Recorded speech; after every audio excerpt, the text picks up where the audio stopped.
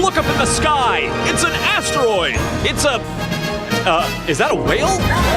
No, it's Rosie O'Donnell, our hero of the day.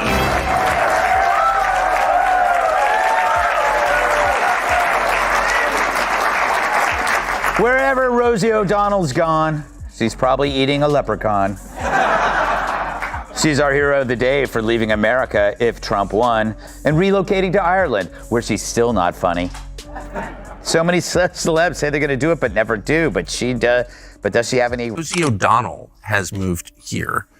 If you're president and you tackle the immigration crisis, and I do think Pakistan and India take a lot of the blame for it, Africa, but also Rosie O'Donnell, like, would you deport her? And look, you promised to what is deport her her. criminal history? Has she got a criminal background? How did she enter the country? Did she enter the country illegally? Has she assimilated with our community? Does she hold our beliefs? Is she a upstanding member of our community? No! Or would she be? If she is not, well then she's gotta go. A roast by Greg Gutfeld and Tucker Carlson reduced Rosie O'Donnell's soapbox to ashes when she attempted to rekindle her fame with anger and half-baked comments.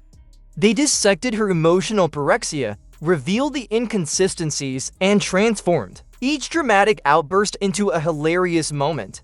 This was a full-scale takedown, complete with repetitive tirades and public outbursts masquerading as demonstrations. The grill is still hot after Rosie was barbecued, not simply scorched. Rosie, you got this, Cohen. So Jim, Michael Cohen takes a stand this week in this hush money trial, and Rosie O'Donnell's been texting him, comforting him with message of support, like, breathe, you got this, I love you. What an unlikely couple. Yeah, you gotta go home. You gotta get the hell out of here. But I don't know Rosie O'Donnell from Adam. But, you know, Would you be I willing believe to... she's a comedian. I've seen her on our national TV. She spoke a bit ill of me. I don't know Rosie. She seems going through something at the moment. And I'm not the type of person to kick a person when they're down. I wish for her. I believe she's a comedian is what her craft is. I wish for her to find her happy. It's like a 2025 MySpace alert when Rosie O'Donnell tries to stay relevant, significant, superfluous, and primarily a systemic flaw.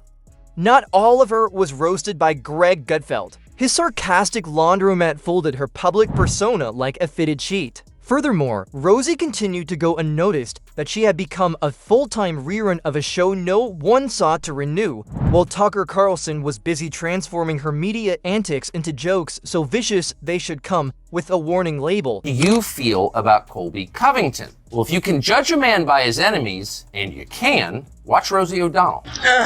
Trump just arrived at the UFC 296 because he loves Colby Covington. And Leon Edwards, I hope, is going to smash his face in. Because I can't stand Colby Covington, and I can't stand... If this video is enjoyable to you, please hit the bell symbol and subscribe to the channel. Rosie's entire brand is now essentially shouting into a megaphone made of stale virtue. She is like the human version of an angry bumper sticker who somehow managed to get a podcast and a Twitter account. It's like watching a cat attempt to do algebra when she delivers political commentary noisy, chaotic, and ending with broken furniture. She handles accuracy like a stranger she met at a gas station, uncomfortably, briefly, and without any commitment, as Gutfeld noted when he deconstructed her fondness for fact-free drama. For the first time in American history, a president has won every swing state and is also best friends, and his largest donor was a man who owns and runs the internet. So I would hope that that would be investigated and that we would see whether or not it was an anomaly or something else that happened on election night in America. Is she cosplaying Ben Franklin? Poor Ireland. Suddenly that whole potato famine doesn't... Nor did Greg mince words. He pointed out with amusement that Rosie's attempts at commentary stem from someone confusing strong opinions with insightful information.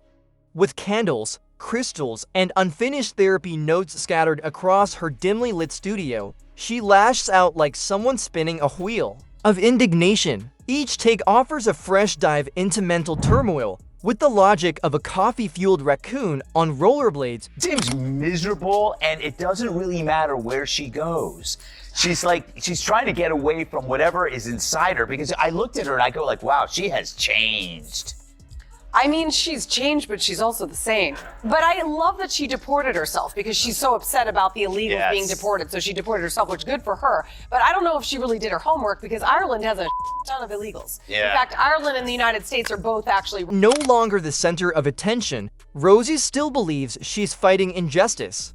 Gutfeld portrayed her advocacy as performance theater. After for glasses of boxed wine, she treats politics like karaoke night loud, erratic, and somehow convinced she's crushing it. We're left wondering how she's still invited to comment on anything more complicated than how to microwave popcorn. Strong-minded, and we are of amazing spirits. And it's about highlighting the issues that are going on, and as we have been doing, it's turning. We will get there. I am not going to sit here in front of you with a doom and gloom about the things that are going wrong. I will highlight for sure, but I will highlight the solutions and the resolutions and where we are headed, and keep the outlook positive. More emotional chaos than political insight, her panel appearances resemble a movie. Accidental humor meets shrieking confusion. Tucker Carlson compared her media moments to scenes where facts sit abandoned like veggies at a kid's party, while Rosie yells distorted points like they're prophetic revelations. Greg Gutfeld slashed her ego with the butcher cleaver turning. Her worst rants into punchlines that hit like a wrecking ball fueled by alcohol and delusion. If incoherence had a Louvre, this would be its abstract outbursts in all caps and hashtags. Rosie uses social media more like emotional scrapbooking with a megaphone than real advocacy. Carlson quipped, It was like, I don't know if it was like 9 years ago, 10 years ago. There was this historical moment that had Trump, Megyn Kelly, and Rosie O'Donnell. And it's so funny to see like where each one has gone. Do we have the infamous tape? Let's roll this. You've called women you don't like fat pigs, dogs, slobs, and disgusting animals. Your Twitter account... Only Rosie O'Donnell. Rosie's tweets are raw, erratic, and completely uninformed like Morse code on a roller coaster. Her credibility, like a GPS that claims, you've arrived while you're still deep in a swamp. Gutfeld likened her career to a weather balloon once impressive, now just floating on outrage. Her response when called out, volume, the louder she gets, the clearer it becomes she's over her head. Tucker exposed the irony of her anti-wealth rhetoric while living in luxury. Her activism has no soap, just soapbox, and her acting? Like trying to reboot Windows 95 with a hammer. Rosie's saying. I believe he should be impeached. I'm sickened by Congress that doesn't call for articles of impeachment. We have to fight with everything we got, because if somehow they're able to rig the elections again, as I believe they did in 2016, then we're going to all be in trouble as democracy. Gutfeld's sharp sarcasm cut through her dramatics. She plays every role with the grace of a foghorn in a chapel. Raising her eyebrows and yelling louder doesn't add depth. It's not performance hits. Protest without a message. Even her daytime TV legacy wasn't spared. Tucker recalled how her talk show became an ego trip, with each guest reduced to props for her rants. Gutfeld highlighted her obsession with feuds Rosie hoards celebrity conflicts like someone collecting snacks, constantly, mindlessly. Her strategy, attack first, backtrack later, and treat disagreement as evil. It's tantrum-based activism. Gutfeld summed it up as the world's worst improv show. It's the same thing with Rosie. You know why she's leaving, right? We know why she's leaving. Come on, we know. It's literally an ego trip. Once nobody likes you, you just leave. So when are you leaving, Jesse? It's like you say one thing to Dana about tariffs and she hates you. You'll come around. I actually respect what's going on with her. Oh, God. Come on, she's the only celebrity that actually put her mouth where her foot is. She followed through. Whatever that stupid saying is. She's followed through a lot. She's a contradiction factory.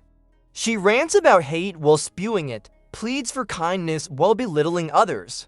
Tucker Carlson observed that her compassion is selective, short-lived, and conditional on agreement. Rosie's persona is built on loudness, aggression, and willful ignorance of consequences. Gutfeld concluded she isn't controversial, she's just stuck in a cycle of dated rebellion and recycled tirades. Her defiance hasn't evolved since dial-up.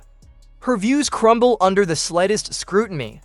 Carlson noted that most of her reimaginings just lead to another Twitter blowup that backfires. And the one thing I hate about the UFC is that he ruins it every time he shows up. Would Rosie O'Donnell kill Colby Covington if she had the chance? The answer is, of course, yes. And she would do the same to you. You've never fought Rosie O'Donnell, right? No, I would never fight a woman. Why do you think she's so mad at you, since I assume you don't know her or hang out with her? Every time I see Rosie getting unhinged, I think that's a sign that we're getting closer to taking back America. You know, I'm not sure what I ever did to offend her, so. Even her fan base seems unsure.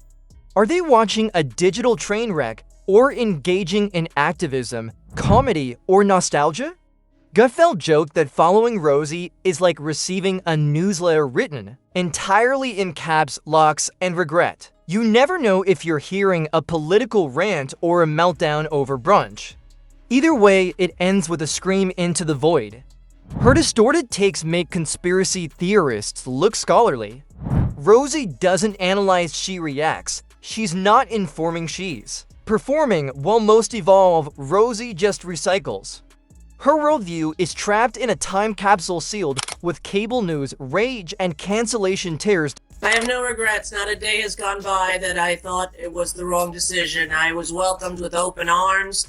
I knew after reading Project 2025 that if Trump got in, it was time for me and my non-binary child to leave the country. I made the decision within my family and my therapist, and should he win, and then when he did, we made the plan into action, and we were gone before he was inaugurated. Wow, she's nuts. Hey. Apparently America couldn't be happier, but like I said, she's our hero of the day for doing what so many other celebs don't have the... Gutfeld captured it best. Rosie is what happens when shouting is mistaken for wisdom and fame for authority. When she trends, it's always another meltdown, never a meaningful insight. She lashes out, the internet flinches, and she doubles down like outrage is a rigged game she intends to win.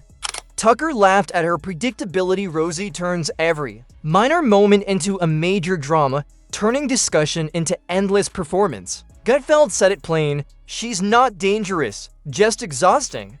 She's yelling into a cyclone hoping it quits. Her relevance is like a rusty carnival ride still spinning, going nowhere, pretending it's thrilling, and when it fades, she just yells louder. Rosie never exits, she just reappears with louder volume, new lighting, and the same old fury.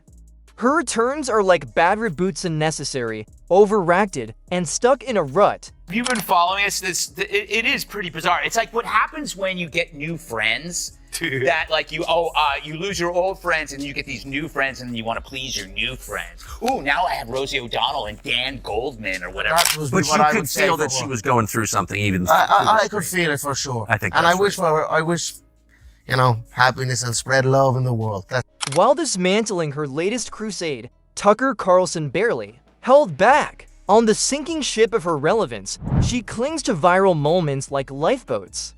Even Gutfeld didn't need new material. Rosie's greatest hits are platinum on the hypocrisy charts. She screams for tolerance while lobbing verbal grenades, then plays the victim like the star of a Hallmark special titled, "Why is everyone so mean to me?" It's like when a toddler knocks over a vase and blames the floor. Rosie starts feuds, escalates to DEFCON 5, and then looks shocked when people respond. She doesn't want dialogue, she wants attention.